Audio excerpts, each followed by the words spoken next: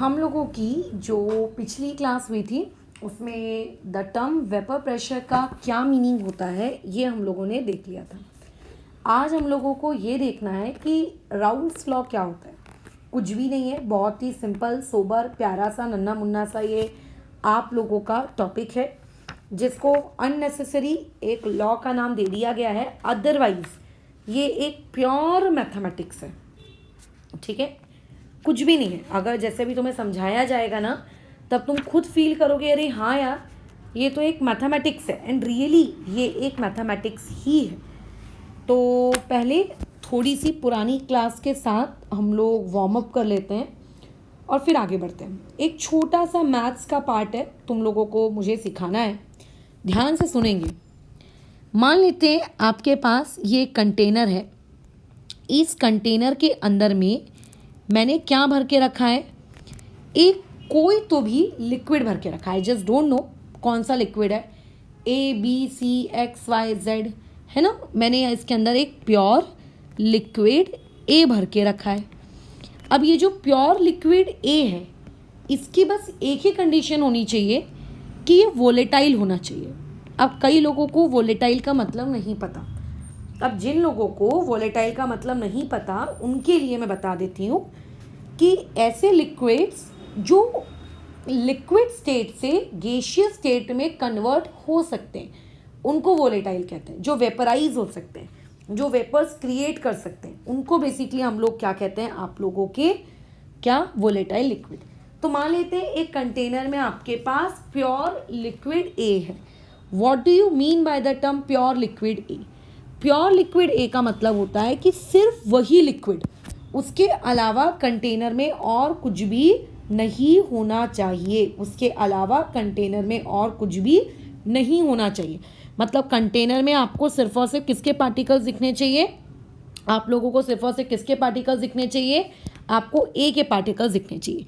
Yellow colour से मैं उस A के पार्टिकल्स को इंडिकेट कर रही हूँ और उस कंटेनर्स में सिर्फ और सिर्फ कंटेनर्स नहीं बोलना चाहिए था, खैर इंग्लिश की ग्रामर की एरर, उसको इग्नोर करें।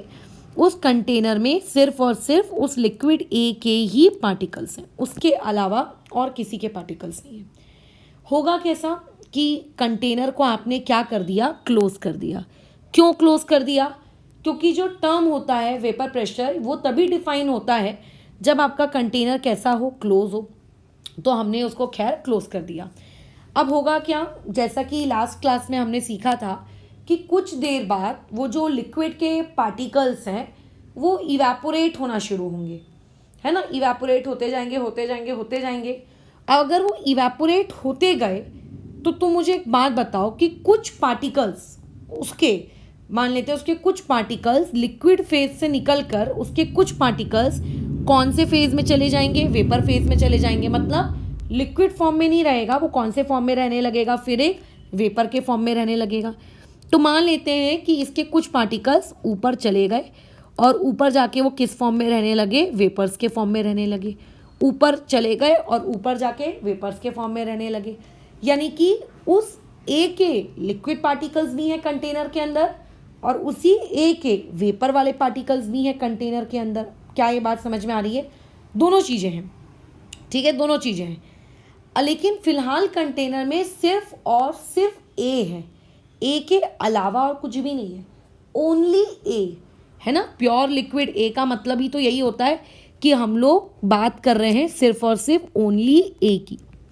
अब ऐसे केस में अगर मैं तुमसे पूछूं कि बताओ इस A का, इस कंटेनर में जो पार्टिकल्स हैं, जो A पार्टिकल्स है, लिक्विड A के जो पार्टिकल्स हैं, उसका मोल फ्रैक्शन क्या होगा, तो तुम मुझे क्या कहोगे कि मैडम इसका जो मोल फ्रैक्शन है वो मोल फ्रैक्शन होगा आपका ये, और इसकी वैल्यू कितनी होगी, इसकी वैल्यू होगी 1। 1 क्यों आई? देखो एक रेस हो रही है, उस रेस में तुम अकेले दौड़ रहे हो तो तुम्हारे जीतने की प्रोबेबिलिटी क्या होगी, 100%। क्यों? क्योंकि कोई है ही नहीं ना अदर।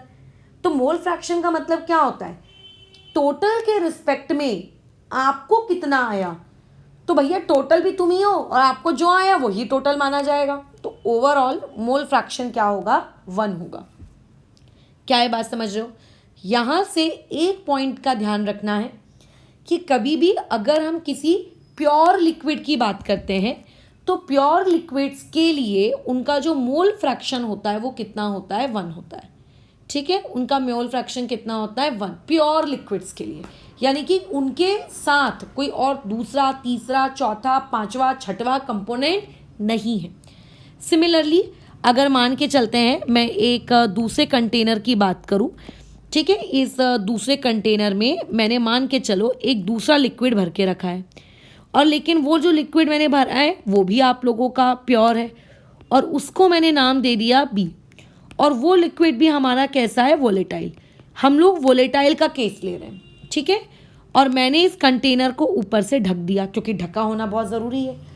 तो अब जो बी के पार्टिकल्स होंगे, अब जो कंटेनर के अंदर बी के पार्टिकल्स होंगे वो लिक्विड फॉर्म में भी होंगे और उसके कुछ पार्टिकल्स वेपर वाले फॉर्म में भी होंगे, बराबर, ठीक है। लेकिन अगर मैं तुमसे पूछूं कि इस कंटेनर के अंदर बताओ उस लिक्विड बी के पार्टिकल्स का मोल फ्रैक्शन कितना होगा, तो तुम ये नहीं कहोगे इसका मोल फ्रैक्शन होगा 1, क्योंकि अगर उसको कॉम्पीट करने वाला ही कोई नहीं है तो ओवरऑल क्वांटिटी तो 1 ही बनेगी। अच्छा, अब आप एक डिवाइस लेकर आए, प्रेशर गेज ला सकते हो या फिर मैनोमीटर ला सकते हो, और आपने किसी भी तरीके से क्या कर लिया, आपने उस कंटेनर ए के अंदर में कितना प्रेशर है आपने ये कैलकुलेट कर लिया। अच्छा, एक पॉइंट और मुझे बताना मैं भूल गई कि वो जो कंटेनर है ना, वो कंटेनर के अंदर पहले इनिशियली हमने वैक्यूम क्रिएट की थी। हमने क्या क्रिएट की थी, वैक्यूम क्रिएट की थी।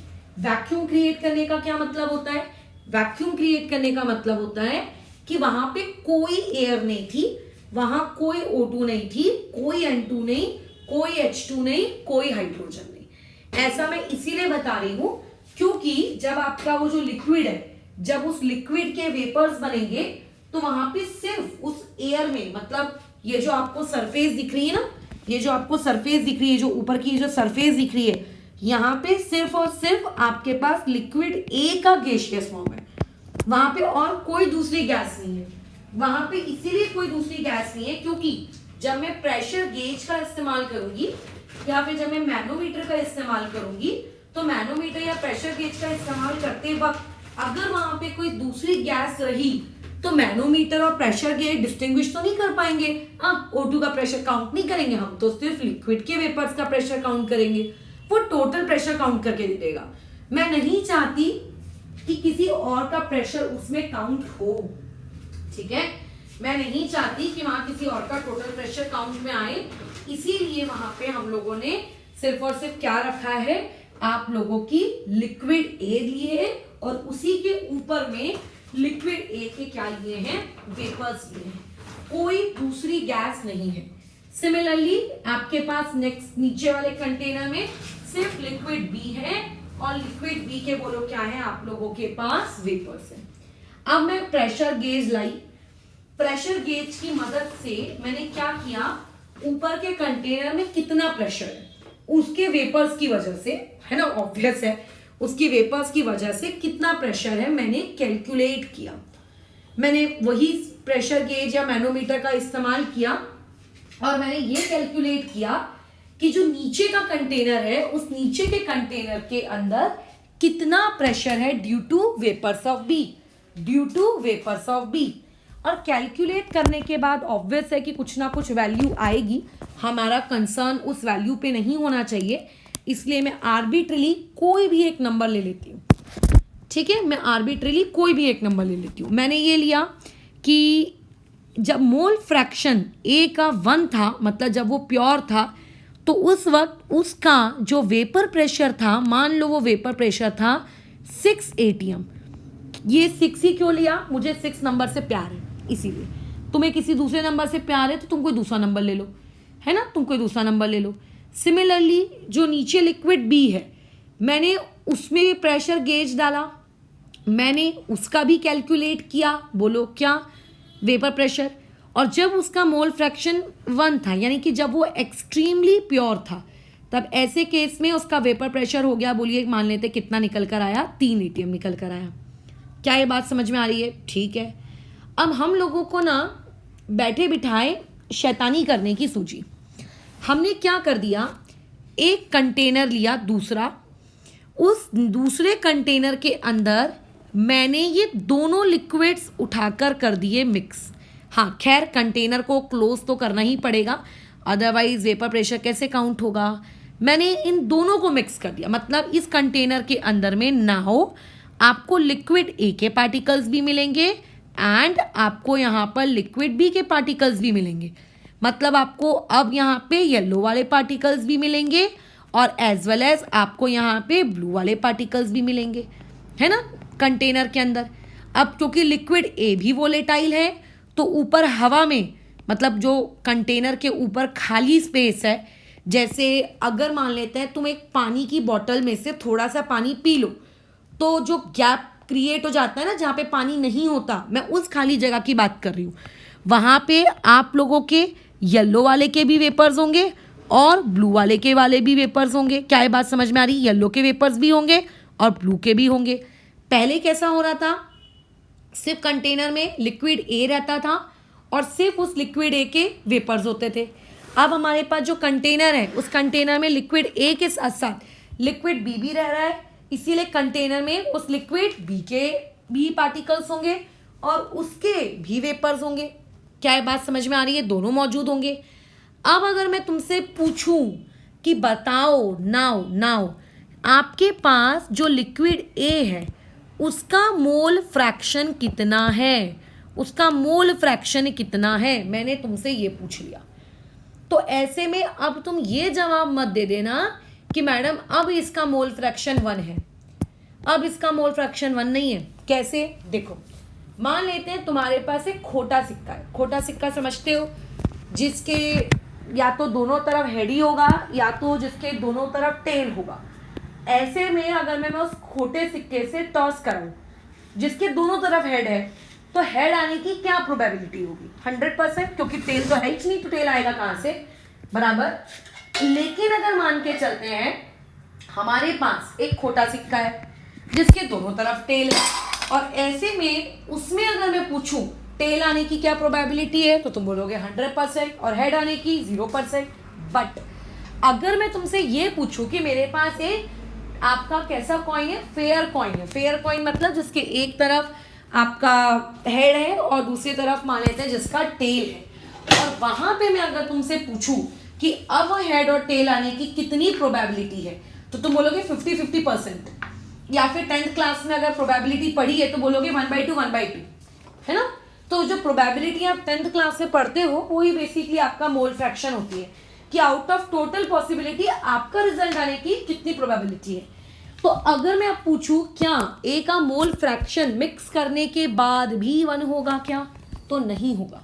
क्यों नहीं होगा? जब अकेला हेड होता था तब प्रोबेबिलिटी आती थी 100%। जब हमने कैसा कॉइन इस्तेमाल करना शुरू किया, हमने फेयर कॉइन इस्तेमाल करना शुरू किया, तो फेयर कॉइन के केस में प्रोबेबिलिटी बोलो कितनी हो गई? 50-50 हो गई। तो जब आप अब लिक्विड ए को मिक्स कर दोगे, मतलब अब जब लिक्विड ए और लिक्विड बी को मिक्स कर दोगे, तो दोनों के मोल फ्रैक्शन अब 1-1 नहीं रहेंगे, अब उनके मोल फ्रैक्शन चेंज हो जाएंगे। अब अगर मैंने तुमसे पूछा कि बताओ कितने हुए, ये तो मैंने बोल दिया कि चेंज हो जाएंगे, बोलना बहुत आसान है। बट अगर मैं ये पूछूंगी कि कितने हो जाएंगे, ये भी तो बता, ये भी तो मुंह से फूटो, तो तुम मुझसे पूछोगे कि बताओ मैडम डेटा बताओ। मैं बोलूँगी क्या डेटा चाहिए तुमको? मैंने बोला कि मिक्स करने से पहले ए के मेरे पास 10 मोल्स थे और बी के मेरे पास 5 मोल्स थे, ठीक है। तो ऐसे में जब मैंने उसका मोल फ्रैक्शन निकाला मिक्स करने से पहले, तो ए के मोल्स कितने थे? 10, और टोटल भी कितना था? 10, इसीलिए मोल फ्रैक्शन 1 आया। मिक्स करने से पहले बी के मोल्स कितने थे? 5, और टोटल भी 5 ही था क्योंकि और तो कोई है ही नहीं, इसीलिए मोल फ्रैक्शन 1 आया। बट अब आपने मिक्स कर दिया, इसके आपके पास मोल्स कितने हैं? 10, इसके मोल्स कितने हैं? 5। और अगर मैं कहूँ कि बताओ ए का मोल फ्रैक्शन कितना है, तो आप कहोगे 10/15, बिकॉज नाउ टोटल इज, आप लोगों का बोलिए कितना? नाउ टोटल इज आपका 15। मोल फ्रैक्शन होप सो सभी को निकालना आता है। ठीक है। अच्छा, सिमिलरली अगर मैं तुमसे पूछूं मोल फ्रैक्शन बी का कितना होगा, तो तुम कहोगे 5/15 यानी कि 1/3। क्या ये बात समझ रहे हो? डेसिमल में अगर मैं निकालना चाहूं, ठीक है, डेसिमल में निकालना चाहूं तो ये 0.6666 हो जाएगा और ये 0.3333 समथिंग हो जाएगा। यानी कि क्या ये बात समझ रही है कि मोल फ्रैक्शन चेंज हो गया मिक्स करने के बाद? हाँ, क्या ये बात समझ रहे हो? हाँ। मैंने अभी तक कुछ भी केमिस्ट्री नहीं पढ़ाई है, मैंने मैथ्स पढ़ाई है। इवन तुम अगर देखोगे ना, फिजिकल केमिस्ट्री के आधे से ज़्यादा टॉपिक्स बहुत ही ईजिली समझे जा सकते हैं अगर आपको क्लास 2 क्लास 3 वाली मैथ्स आती हो ना, कि एक केला 2 रुपये का आता है, तो बताओ 15 केले कितने के आएंगे, या 15 केले अगर 40 रुपये के आते हैं तो बोलो एक केले की कॉस्ट कितनी होगी। दिस मैथ्स, कोई हाई फंटोश मैथ्स की बात नहीं कर रही हूँ, है ना। ये बहुत सारे टॉपिक्स आप इसके वाया भी समझ सकते हो। खैर आगे बढ़ते हैं। अब ध्यान से सुनिएगा, जब आपका मोल फ्रैक्शन 1 था, जब ए का मोल फ्रैक्शन 1 था, तो उस वक्त वेपर प्रेशर ए का कितना आता था? 6 atm। जब उसका मोल फ्रैक्शन 1 था, तो क्या मिक्स करने के बाद भी ए के वजह से वेपर प्रेशर जो क्रिएट होगा, क्या अभी भी वो 6 atm आएगा? सोचो, जैसे कि एक रूम है, उस रूम में मैं किराए से रहती हूँ, उसका किराया लेट से मैं 500 रुपये देती हूँ। अब 500 रुपये मैं तब देती थी, मेरे जेब से 500 रुपये तब निकलते थे जब मैं अकेली रहती थी। मान लेते मैंने एक रूममेट ढूंढ लिया, है ना। अब रूममेट के आ जाने से क्या होगा, हम लोग 2 लोग हो गए। अब हम जब 2 लोग हो गए तो किराया क्या मैं भी 500 दूंगी, क्या वो भी 500 देगा? क्या नहीं, मैं 500 दूंगी और जो मेरा रूममेट है या जो भी लड़का लड़की जो भी है वो कितना देगा? वो भी 500 में से आधा देगा, यानी कि 250 हम देंगे। इसका मतलब क्या हो जाता है कि अगर मोल फ्रैक्शन चेंज हुआ तो मोल फ्रैक्शन के चेंज होने की वजह से वेपर प्रेशर भी चेंज हो जाएगा। ये 6 atm का वेपर प्रेशर तब आता था जब मोल फ्रैक्शन कितना होता था? 1 होता था। ठीक है, ये 6 atm वाला वेपर प्रेशर कब आता था? जब ए का मोल फ्रैक्शन कितना होता था? 1 होता था। ठीक है, कौन कितना होता था? 1 होता था। लेकिन अब मेरे पास ए का मोल फ्रैक्शन कितना है? 0.6। तो क्या वो 6 atm आएगा? नहीं, वो 6 atm तो नहीं आएगा, कुछ और आएगा। We will calculate it, don't worry.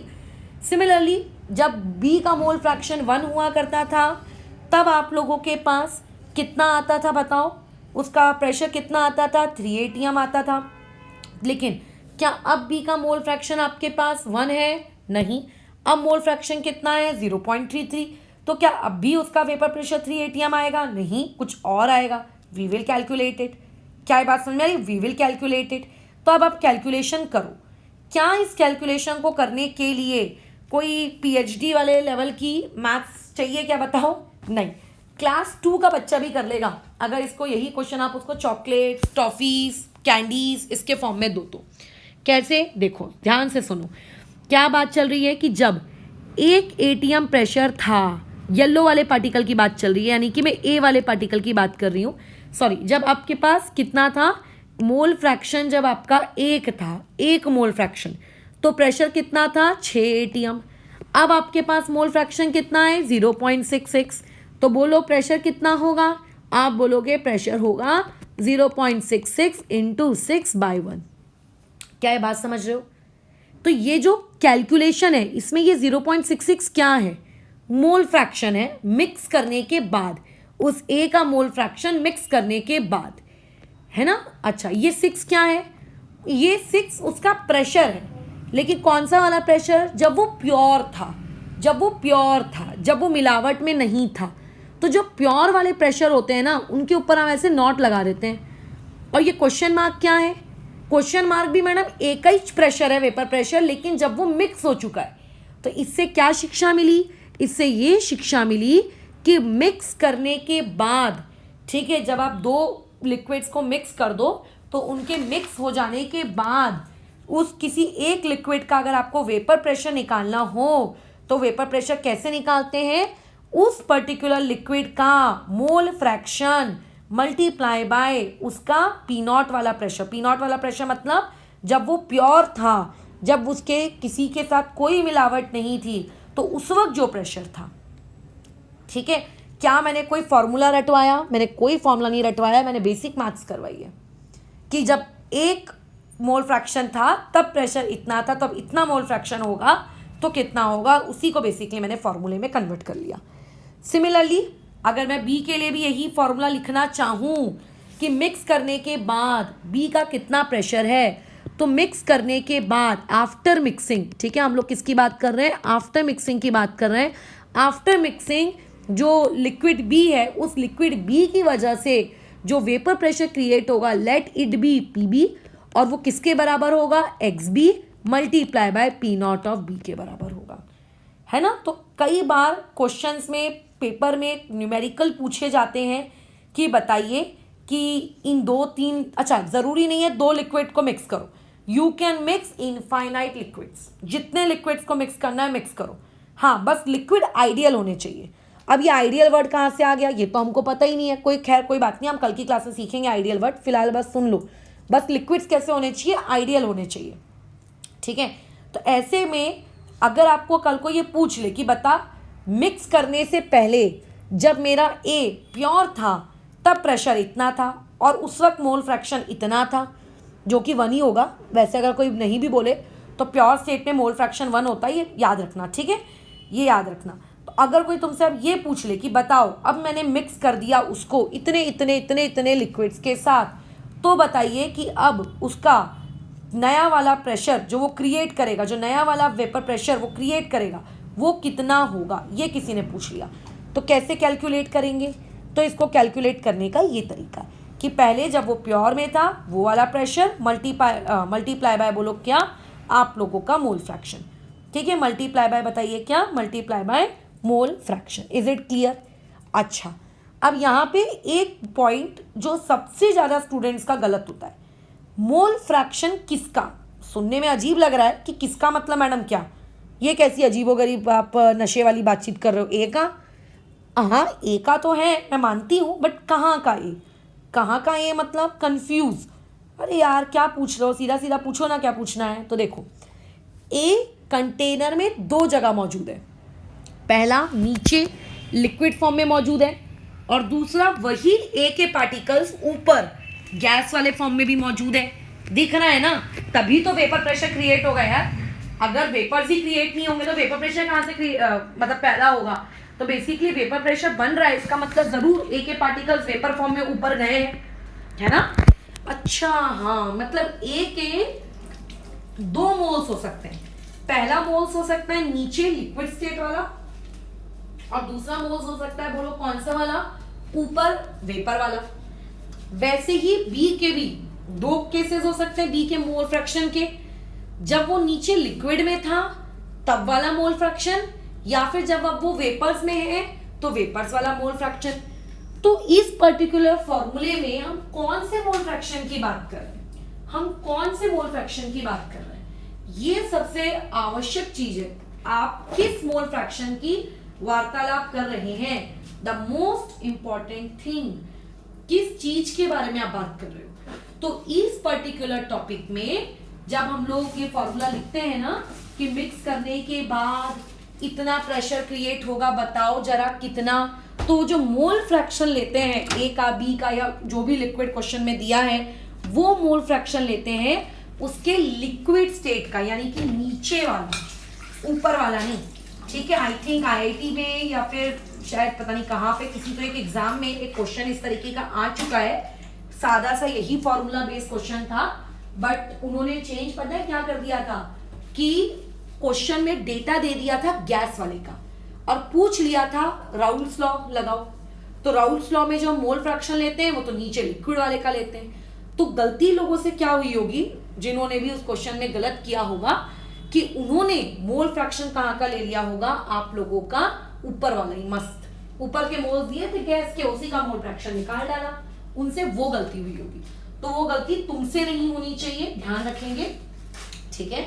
अगर आपको गैस वाला भी दिया है वैल्यूज, तो आपको गैस वाली वैल्यूज से लिक्विड वाली वैल्यूज निकालनी होगी। कैसे निकालते हैं वो न्यूमेरिकल जब मैं करवाऊंगी तो सीख जाओगे, बट लिक्विड वाली निकालनी पड़ेगी। लिक्विड वाली जब निकाल लोगे ना, तब वो वैल्यूज इस फॉर्मूले में पुट करना, गैस वाला मत करना।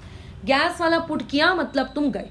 तो यहाँ पे जो ये आपको एक्स ए और ये एक्स बी दिख रहे हैं, ये कौन से वाले फेज के हैं? ये आप लोगों के लिक्विड फेज वाले हैं। ये कौन से वाले हैं? लिक्विड फेज वाले। तो जब भी राउल्स लॉ दुनिया में लगाया जाता है, तो जब भी दुनिया में राउल्स लॉ लगता है, राउल्स लॉ हमेशा किसके लिए लगता है? आप लोगों के मोल फ्रैक्शन के लिए। वो भी कौन सा वाला मोल फ्रैक्शन?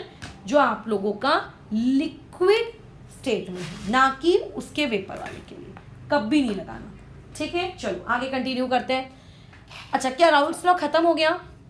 कायदे से तो देखो खत्म हो गया है ना, कायदे से तो खत्म हो गया, क्योंकि ये जो मैंने आपको लिखवाया ना formula, mole fraction into P nought of A, इसी को राउल्स लॉ कहते हैं, इसी को राउल्स लॉ कहते हैं। और इसकी पता है स्टेटमेंट बुक वगैरह में आपको कैसी मिल जाती है? इसकी स्टेटमेंट आपको ऐसी मिलती है कि पार्शियल प्रेशर नहीं बोलते हैं, पार्शियल वेपर प्रेशर बोलते हैं। Partial vapour pressure of any volatile solution, कोई भी वोलेटाइल सोल्यूशन, ठीक है, किसी भी टेम्परेचर पर, एट एनी टेम्परेचर, वो किसके बराबर होता है? बताओ। इज इक्वल टू द किसके इक्वल होता है? Mole fraction multiply. तो इसीलिए मल्टीप्लाई वर्ड आता है, तो इसीलिए स्टेटमेंट में भी कौन सा वर्ड आता है? Is equal to the product of the क्या? मोल फ्रैक्शन,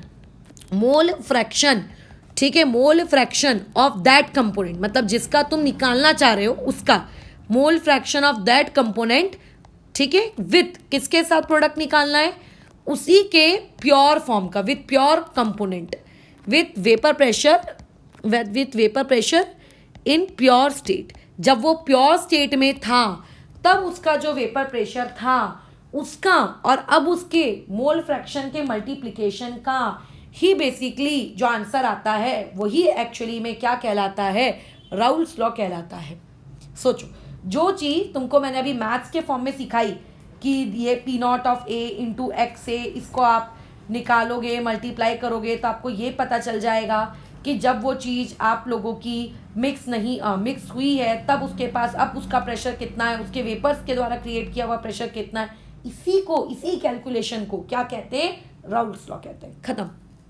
खत्म कहानी, ठीक है। अच्छा, दूसरी चीज यहां से जो पूछी जा सकती है वो ये पूछ लेगा कि टोटल प्रेशर कितना है उस कंटेनर के अंदर, टोटल वेपर प्रेशर कितना है, टोटल वेपर प्रेशर। तो अब सुनो, अब उस कंटेनर के अंदर फिलहाल मैंने 2 लिक्विड्स लिए हैं, ये तुम भी जानते हो, मैं भी जानती हूं। एक लिया है ए, एक लिया है बी। ए भी वोलेटाइल है, बी भी वोलेटाइल है। ए के भी वेपर्स बनेंगे, बी के भी वेपर्स बनेंगे, एवरीबडी नोस, है ना, सबको ये बात अच्छे से पता है। अब अगर ए के वेपर्स बनेंगे तो ए के वेपर्स भी कुछ वेपर प्रेशर क्रिएट करेंगे, बी के वेपर्स बनेंगे तो बी के वेपर्स भी वेपर प्रेशर क्रिएट करेंगे, है ना, दोनों के वेपर्स बेसिकली प्रेशर क्रिएट करेंगे।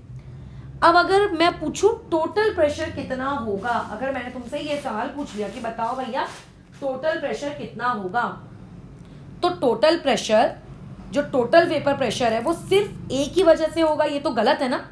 टोटल वेपर प्रेशर तो बी की वजह से भी होगा क्योंकि उसके भी तो वेपर्स हैं। तो ऐसे केस में जो टोटल वेपर प्रेशर होता है वो ए वालों ने कितना लगाया प्लस बी वालों ने कितना लगाया। अगर कोई तीसरा होता, कोई चौथा होता तो उनको भी काउंट करते, ठीक है, तीसरा चौथा भी अगर कोई लिक्विड वहां मौजूद होता तो उनको भी काउंट करते। उन सभी के द्वारा कितना लगाया गया है, उन सभी के एडिशन से हमको क्या मिल जाता है? Total pressure.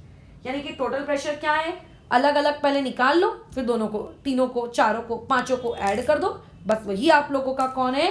टोटल प्रेशर है। अब पी ए की वैल्यू क्या है? पी ए की वैल्यू है आप लोगों की P nought A into X A, P B की वैल्यू है पी नॉट बी इंटू में आप लोगों का बोलिए कितना? X B. ये टोटल प्रेशर का फॉर्मूला है जो बोर्ड्स में कई बार बोला जाता है स्टेट एंड क्या कहते हैं, डिराइव राउल्स लॉ। मतलब स्टेटमेंट लिखो राउल्स लॉ की और भैया उसको डिराइव भी कर दो, ये कई बार पूछा जाता है। तो आपको राउल्स लॉ का बड़ा ही चमकता धमकता स्टेटमेंट लिखना होता है और ये फॉर्मूला डिराइव करना होता है। खैर वो तो हम लोग जब बोर्ड्स की मार्किंग करेंगे तब मैं बताऊंगी क्या क्या स्टेप्स लिखनी है, बट फिलहाल ये चीज क्लियर तो है ना कि क्या किया इसमें कुछ नहीं किया, बस 2 अलग अलग लिक्विड्स लिए, और उन दोनों लिक्विड्स का अलग अलग कितना कितना प्रेशर होगा, ये मैंने लिख दिया, कहानी खत्म। सिंपल, कहानी वहीं खत्म हो गई। अच्छा, अब एक इसमें सबसे बड़ा ही, यहाँ पे दो चीजें। अब कई लोगों को ऐसा लगता है क्योंकि फॉर्मूला बनाते वक्त या पढ़ाते वक्त केवल आप लोगों ने, मैडम आपने मात्र 2 लिक्विड्स को लिया था तो इसीलिए ना सिर्फ 2 ही लिक्विड मिक्स होंगे, या फिर फॉर्मूला सिर्फ पीए और पीबी के टर्म्स में ही रहेगा। ऐसा नहीं है। कल को वो लिक्विड एक्स और वाई भी हो सकते हैं, एम और एन भी हो सकते हैं, पी क्यू आर भी हो सकते हैं, कितने भी हो सकते हैं। तो जितने भी होंगे ना, उन सब के लिए आप यहाँ पे पीटी में उसको लिखोगे। ठीक है। तीसरी चीज, सबसे आवश्यक चीज, इस पूरे फॉर्मूले को डिराइव करते वक्त एक बातचीत तुम लोगों के कानों में बार बार बोली गई, बार बार बोलो क्या है वो बातचीत। वो बातचीत थी कि आप जो लिक्विड्स ले रहे हो वो लिक्विड्स आपके कैसे होने चाहिए, वो प्योर होने चाहिए। लिक्विड्स कैसे होने चाहिए, प्योर, और सबसे इंपॉर्टेंट चीज वोलेटाइल। क्योंकि देखो अगर कोई चीज वोलेटाइल ही नहीं है, वोलेटाइल मतलब वेपर्स बनाने वाली है ना, जो वेपर्स को बनाती है, अगर कोई वेपर्स ही नहीं बना रही तो सोचो उसका वेपर प्रेशर कैसे लगेगा, है ना, उसका वेपर प्रेशर कैसे लगेगा। क्योंकि राउट लॉ क्या कहता है, vapour pressure vapour pressure vapour pressure, मतलब राउट लॉ की तो पूरी की पूरी कहानी किसके अराउंड घूमती रहती है, बताओ। वेपर प्रेशर होता रहता है वो, कि vapour pressure vapour pressure vapour pressure. अगर मान के चलते हैं if any of the component, ठीक है, आपको 2 लिक्विड दिए हैं, 3 लिक्विड दिए हैं, 4 लिक्विड दिए हैं, मेरा उससे कोई वास्ता नहीं है। If any of the component, ठीक है, in solution is non volatile, अगर उसमें से कोई भी कंपोनेंट नॉन वोलेटाइल है, देता है न्यूमेरिकल्स में, तो नॉन वोलेटाइल मतलब जिसने कोई वेपर प्रेशर नहीं बनाया। अगर उसने कोई वेपर प्रेशर नहीं बनाया, do not apply Raoult's law over it, उसको राउल्ट्स लॉ उसके ऊपर नहीं लगाने का। दैट इज, इमेजिन मान लेते हैं कि अगर मैं तुमसे ये कह दूं कि जो बी है वो नॉन वोलेटाइल है, तो ऐसे केस में जो आप लिखोगे ना पी नॉट बी, वो पी नॉट बी उसका कितना लिखोगे, 0। ठीक है। क्योंकि देखो जो चीज उड़ ही नहीं रही है, ठीक है, जो चीज उड़ ही नहीं रही है वो चीज का वेपर्स ही नहीं क्रिएट होगा। अगर उसका वेपर्स ही क्रिएट नहीं होगा तो आप खुद सोच लीजिए कि जब वेपर्स ही क्रिएट नहीं हो रहा है भाई, तो कहाँ का वेपर प्रेशर, है ना। इसलिए तो कई बार क्वेश्चन में आपको नॉन वोलेटाइल भी दे देता है कंपोनेंट, तो नॉन वोलेटाइल कंपोनेंट के साथ क्या करना है, ये हमने यहाँ से शिक्षा ग्रहण कर ली। दूसरी चीज में आते हैं। दूसरी चीज ये होती है कि जो फॉर्मूला आपको ऊपर लिख कर दिया, P nought of A into X A, P nought of B into X B, इस फॉर्मूले को ना मॉडिफाई किया जाता है, अलग अलग टर्म्स में मॉडिफाई किया जाता है। खैर उसका एक मॉडिफाइड वर्जन तो बोर्ड्स के एग्जाम में बहुत ही ज़्यादा फेमस है, बहुत ही ज़्यादा फेमस उसका ये मॉडिफाइड वर्जन। हम लोग भी वो मॉडिफाइड वर्जन देख लेते हैं कि आखिर ऐसा कौन सा मॉडिफाइड वर्जन है जो बोर्ड्स के एग्जाम में इतना ज़्यादा फेमस है, उस पर भी बातचीत कर लेते हैं। तो देखो बोर्ड्स के एग्जाम में क्या करता है, आपका जो ये फॉर्मूला है, क्या है formula, P T is equals to P nought A X A plus आपका P nought B X B. ठीक है। जहाँ पे मोल फ्रैक्शन वो कौन से वाले हैं, आपके वेपर वाले हैं क्या, नहीं, ये कौन से वाले मोल फ्रैक्शन है, आप लोगों के लिक्विड फेज वाले।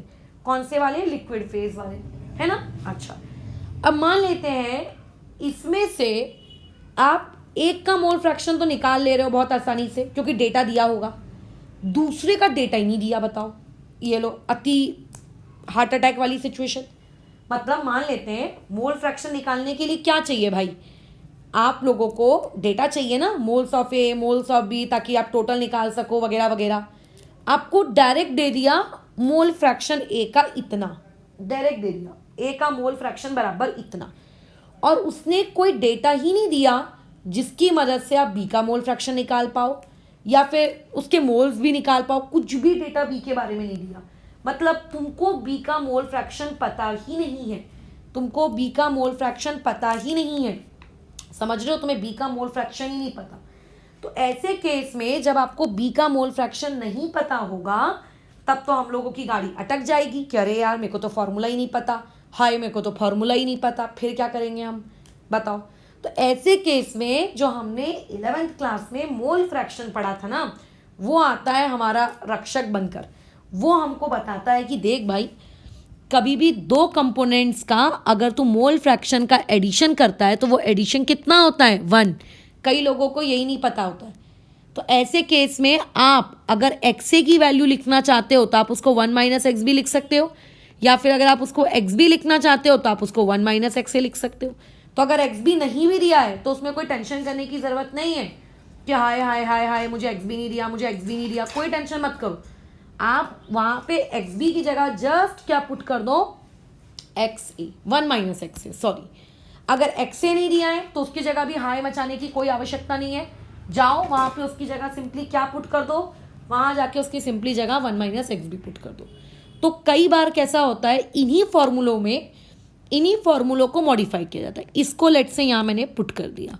मैं बिल्कुल इस बात के सपोर्ट में नहीं हूँ कि फॉर्मूले को याद करना, इसके अलावा आपको और कुछ याद नहीं रखना है, क्योंकि ये चीज़ तो ऑटोमेटिकली ब्रेन में स्टोर होती है। तो एक इंसान को अगर वैल्यू नहीं दी है तो सब्सटीट्यूट वो कर ही सकता है, तो फॉर्मूला रटने की नीड नहीं है। तो क्या आएगा, P T is equals to P nought A, X A की जगह 1 minus X B plus P nought B into X B. अब कई बुक्स वाले इसके फॉर्मूले को और मॉडिफाई कर लेते हैं, ब्रैकेट ओपन कर लेते हैं। भाई ब्रैकेट अगर ओपन कर लोगे तो आखिरी के 2 टर्म्स में जरा आप देखो क्या कर सकते हो, ये बी के मोल फ्रैक्शन आप कॉमन निकाल सकते हो। अगर तुमने बी का मोल फ्रैक्शन कॉमन निकाल दिया तो फॉर्मूला बन जाएगा पी नॉट बी माइनस में पी नॉट ए। क्या है बात समझ में आ रही है, फॉर्मूला ये बन जाएगा। तो कई लोग ये फॉर्मूला रटते हैं, तो वो मत रटो, ठीक है, वो फॉर्मूला मत रटो। क्यों? क्योंकि इनडायरेक्टली आप उसको सब्सटीट्यूट तो कर ही सकते हो ना, ठीक है, इनडायरेक्टली आप उसको सब्सटीट्यूट तो कर ही सकते हो, तो मत रटो। सिमिलरली अगर एक्स भी नहीं दिया है तो 1 माइनस एक्स से पुट कर दो, मत रटना नहीं लेकिन उसको। ठीक, चलो आगे बढ़ते हैं। नेक्स्ट चीज क्या होती है, ये हो गया मॉडिफाइड वर्जन। 2 बातें मैंने बताई, दिमाग उसमें अपना खुला रखना। पहली बात ये बताई कि हो सकता है उनमें से कोई एक आधी कंपोनेंट नॉन वोलेटाइल हो, और दूसरी बात मैंने क्या बताई कि आपको अगर किसी एक आधी का मोल फ्रैक्शन नहीं दिया है तो किस तरीके से उसको आप उस दूसरे के टर्म्स में आप निकाल के लेकर आएंगे। ये 2 बातचीत पे हमने डिस्कशन कर लिया। अब तीसरी बातचीत पे आते हैं। तीसरी बातचीत खैर बहुत ही ज़्यादा इंपॉर्टेंट है, जो है डाल्टन्स लॉ के टर्म्स में। अब कई लोगों को पता है कि डाल्टन्स लॉ क्या होता है, गैसेस के लिए डाल्टन्स लॉ लगाया जाता है, ठीक है।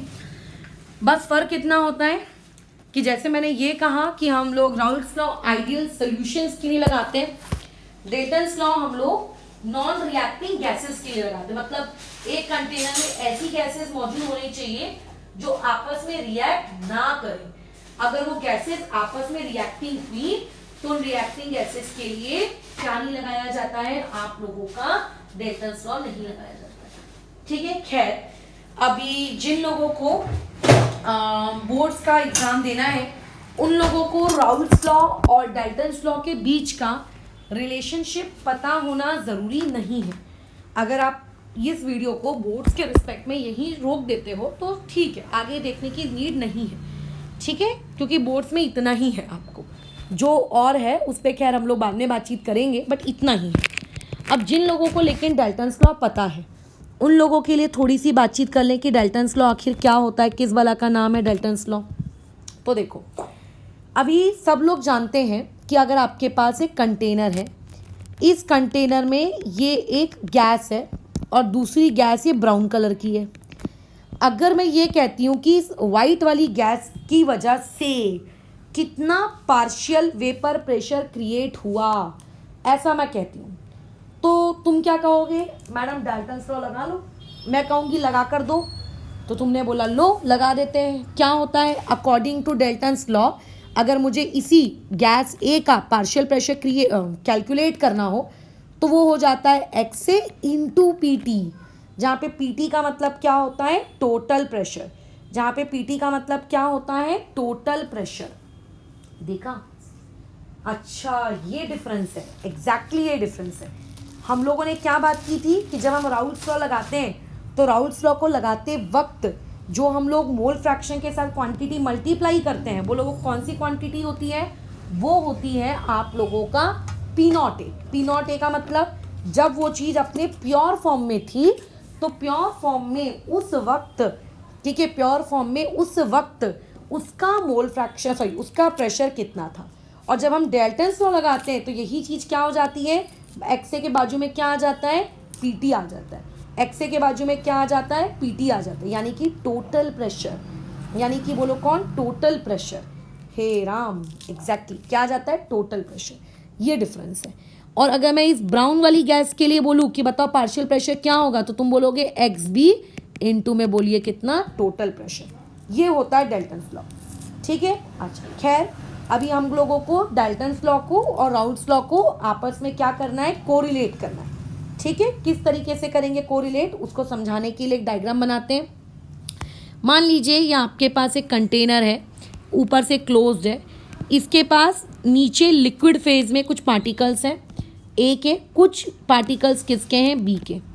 अब ऑब्वियस है कि लिक्विड फेज में थोड़ी ना रहेंगे, साथ में वेपर्स भी तो बनेंगे ना, है ना, वेपर्स भी तो बनेंगे साथ में। सिर्फ लिक्विड लिक्विड लिक्विड होगा ऐसा तो होगा नहीं, वेपर्स भी बनेंगे।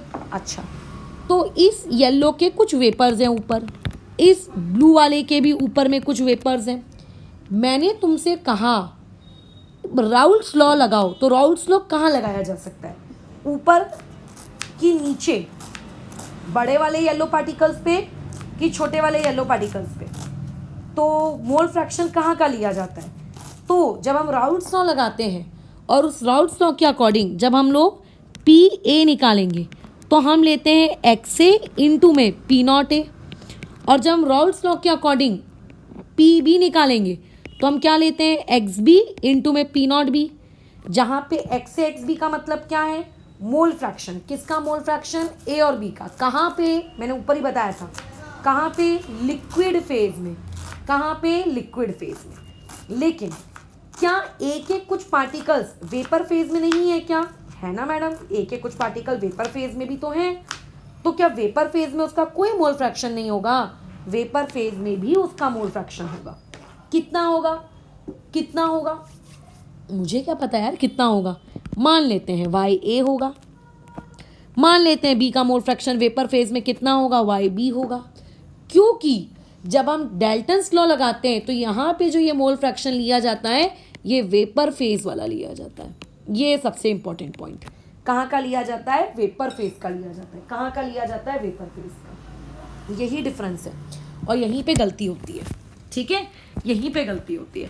तो अगर मैं कहूँ कि ऊपर में जो आपको वो येलो येलो कलर के छोटे छोटे प्यारे प्यारे नन्हे मुन्ने से पार्टिकल्स दिख रहे हैं और वो जो ब्लू कलर के ऊपर वेपर फेज में पार्टिकल्स दिख रहे हैं, उन दोनों में डाल्टन्स लॉ लगाओ, तो क्या तुम वहाँ पे डाल्टन्स लॉ लगा सकती हो? हाँ बिल्कुल लगा सकते हैं, हमने सीखा है डाल्टन्स लॉ लगाना, क्यों नहीं लगा सकते। बोलो क्या होगा डाल्टन्स लॉ ऊपर अगर लगाओगे तो, ऊपर अगर आपने लगाया तो डाल्टन्स लॉ होगा P A equal to Y A into P T. यहाँ लगाओगे तो क्या होगा आपका P B is equals to Y B into में पी टी, यही होगा, हाँ यही होगा। अच्छा, तो अब कैसा रहता है, क्वेश्चन में ना डेटा दिया रहता है कई बार, तो उस डेटा के अकॉर्डिंग हमको इतना कंसेप्ट पता होना चाहिए। खैर आगे क्या करें, अब देखो कंटेनर एक ही है, कंटेनर के ऊपर ए और बी भी एक ही है। ऐसा तो नहीं है ना कि डाल्टन्स के लिए ए अलग है और आपके क्या कहते हैं राउल्ट्स के लिए एक अलग ए है। ए तो भैया ए ही होगा आखिर, है ना, ए तो आपका आखिर ए ही होगा। तो ऐसे केस में अब जो भी पी ए की वैल्यू डाल्टन्स लॉ से निकलेगी, जो भी पी ए की वैल्यू आपकी कौन से लॉ से निकलेगी, राउल्ट्स लॉ से निकलेगी, वो सेम होगी। क्योंकि आखिर ए तो ए ही है ना, चाहे राउल्ट से निकालो कि चाहे डाल्टन से निकालो, तरीके अलग हैं बट वैल्यूज तो सेम ही आनी चाहिए। चाहे उसको किसी मशीन के थ्रू निकालो, प्रेशर गेज लगा के, मैनोमीटर से के थ्रू या किसी भी थ्रू निकालो, वैल्यू तो सेम ही आएगी ना, वैल्यू थोड़ी ना चेंज हो सकती है। इसका मतलब क्या मैं डाल्टन्स लॉ से निकाला हुआ पी ए और राउल्ट्स लॉ से निकाला हुआ पी ए आपस में इक्वेट कर सकती हूँ? बिल्कुल कर सकते हैं, किया जा सकता है। अगर हमने इन दोनों वैल्यूज़ को आपस में इक्वेट किया तो ये दोनों वैल्यूज़ आपस में इक्वेट होने के बाद आप लोगों को क्या देंगी, आप लोगों को क्या डेटा देंगी कि आपके पास आएगा X A into P nought A equal to Y A into में पी टी। इन दोनों को इक्वेट किया तो क्या डेटा आएगा, यहाँ से डेटा आ जाएगा एक्स बी इंटू में P nought B equal to आपका क्या नाम है वाई बी इंटू में पी टी, ये डेटा आ जाएगा। मैं कोई फॉर्मूला रटने को नहीं कह रही हूँ कि ये फॉर्मूलेज रट लो, ये नए फॉर्मूले आ गए, मत रटो। क्या नीड है यार रटने की, ठीक है, कोई नीड नहीं है रटने की, फालतू टाइम पास है। जब भी आपको हो आप दोनों में, एक में राउट लॉ लगा लो, एक में डेल्टन लॉ लगा लो और फटाफट फटाफट आप क्या कर लो, आपस में इक्वेट कर लो। जहाँ पे एक्स ए का मतलब क्या है, ए का मोल फ्रैक्शन लेकिन लिक्विड में, और वाई का मतलब क्या है, वही ए का मोल फ्रैक्शन लेकिन वेपर फॉर्म में। ये होता है रिलेशनशिप किसके बीच में, राउल्ट्स लॉ के बीच में और आप लोगों के डाल्टन्स लॉ के बीच में, ठीक है, बराबर, ये होता है रिलेशनशिप। अगर मैं इन दोनों को आपस में रेशियो ले लूँ तो देखो फिर एक और नया फॉर्मूला आ जाएगा, बोलो क्या, एक्स ए अपॉन में X B P nought A upon में P nought B equal to Y A upon में Y B, P T cut गया। तो क्या ये कोई फॉर्मूला है, क्या इसको रटने की नीड है? इसको कुछ भी रटने की नीड नहीं है। क्यों रटने की नीड नहीं है, क्यों नहीं है? क्योंकि ये तो सिंपल रेशियो है। जो इंसान इक्वेट कर सकता है वो इंसान क्या रेशियो नहीं ले सकता? वो इंसान रेशियो भी ले सकता है। तो concept is simple, equate Dalton's and आपका क्या नाम है दूसरा वाला कौन, राउल्ट्स लॉ, खत्म। बस इतना सा कंसेप्ट है और कुछ भी नहीं है, बस इतनू सा कंसेप्ट है, ठीक है। तो यहाँ पे हमारी बातचीत ख़त्म होती है। एक और होता है ग्राफिकल रिप्रेजेंटेशन राउल्ट्स लॉ का, बट वो मैं अभी नहीं, इसके बाद वाली क्लास में हम उस पर बातचीत करेंगे। खैर फिलहाल इस टॉपिक में मैंने सिर्फ और सिर्फ तुम्हें किस बारे में बताया, राउल्ट्स लॉ क्या होता है उसके बारे में बताया, ठीक है, राउल्ट्स लॉ के बारे में। अभी आइडियल क्या होता है, नॉन आइडियल क्या होता है, ये भी तो हमको पढ़ना है, ये भी हमको पढ़ना है, ठीक है। बट वो वाला जो टॉपिक है, ठीक है, जो वो वाला टॉपिक है, वो वाले टॉपिक को फिलहाल मैं अभी इंट्रोड्यूस नहीं करवा रही हूँ। खैर एक और चीज़ थी बताने लायक, वो भी सुन लो। कंसेप्ट से छोटे छोटे हम जानते हैं पीटी क्या होता है, P nought A into X A plus P nought B into में एक्स बी, यही होता है। एक्स ए और एक्स बी क्या होता है तुम जानते हो? हाँ जानते हैं, मोल फ्रैक्शन।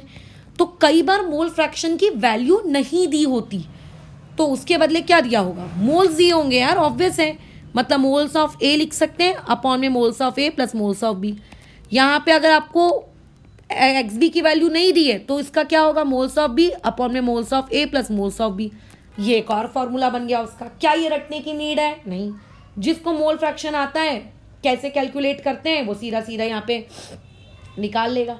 जिसको नहीं आती है कंसेप्ट वो फॉर्मूला रटने की कोशिश करता है, और अल्टीमेटली ऐसे फॉर्मूला रटने वालों का कुछ नहीं होता, वो पेपर में सब खिचड़ी मच जाती है और हम कहते हैं राउल्ट्स लॉ कठिन है, राउल्ट्स लॉ कठिन है। खैर राउल्ट्स लॉ कुछ कठिन नहीं है, एक सिंपल सा एक्सप्रेशन है यार, मोल फ्रैक्शन मल्टीप्लाई बाय उसका प्योर फॉर्म, खत्म। अगर आप फॉर्मूला रटने के उसमें जाओगे तो डेफिनेटली कठिन है। ये चीज़ ज़्यादा कंसेप्चुअली और अच्छे से क्लियर होती है कब, जब हम लोग बातचीत करते हैं किसके बारे में, जब हम लोग बातचीत करते हैं आप लोगों के न्यूमेरिकल्स के बारे में। क्योंकि जब आप न्यूमेरिकल सॉल्व करते हो तो आपको पता चलता है कि हाँ कंसेप्चुअली कहाँ गड़बड़ हो रही है या कंसेप्चुअली कहाँ पे क्या चीज़ है वगैरह वगैरह। खैर एक चीज़ और मुझे तुम्हें बतानी थी। सोचो इमेजिन करो, अगर मान के चलते हैं, इमेजिन, हाँ ये थोड़ा इमेजिनेशन का गेम है, पी नॉट बोलना चाहिए, पी ए की वैल्यू मान लेते हैं पी बी से ग्रेटर आई, ये मैंने लेट किया, लेट।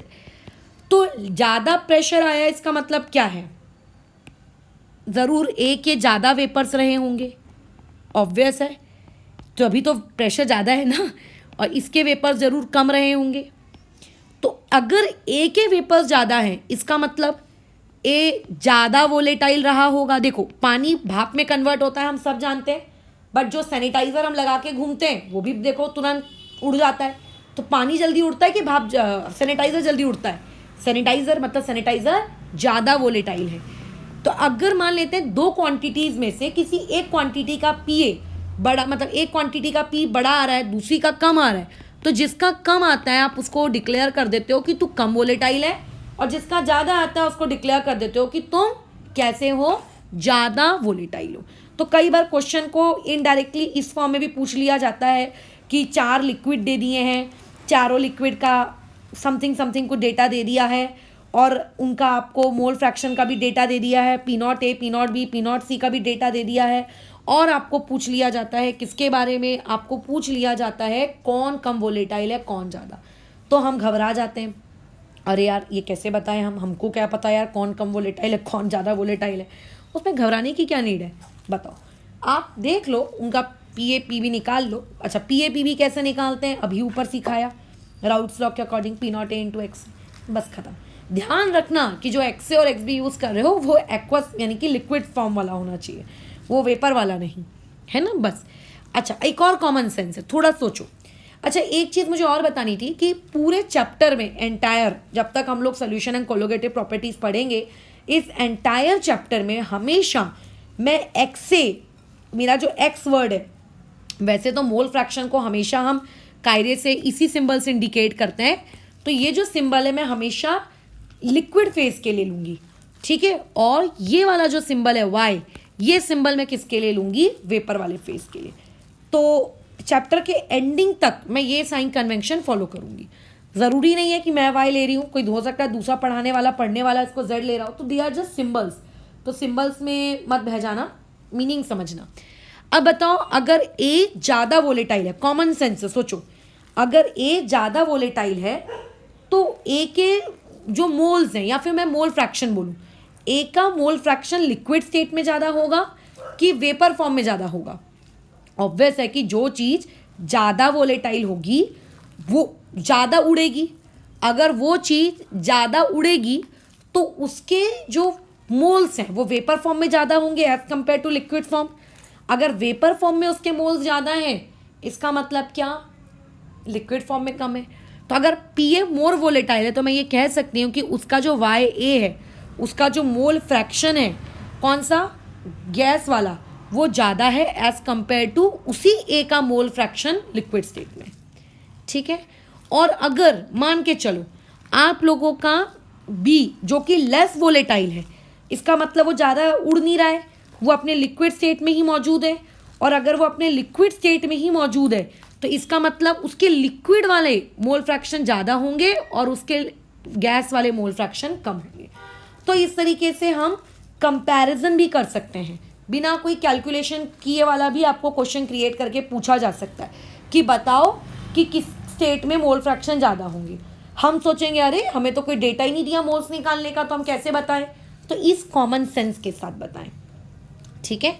दूसरी चीज़, never compare the mole fraction of A and B।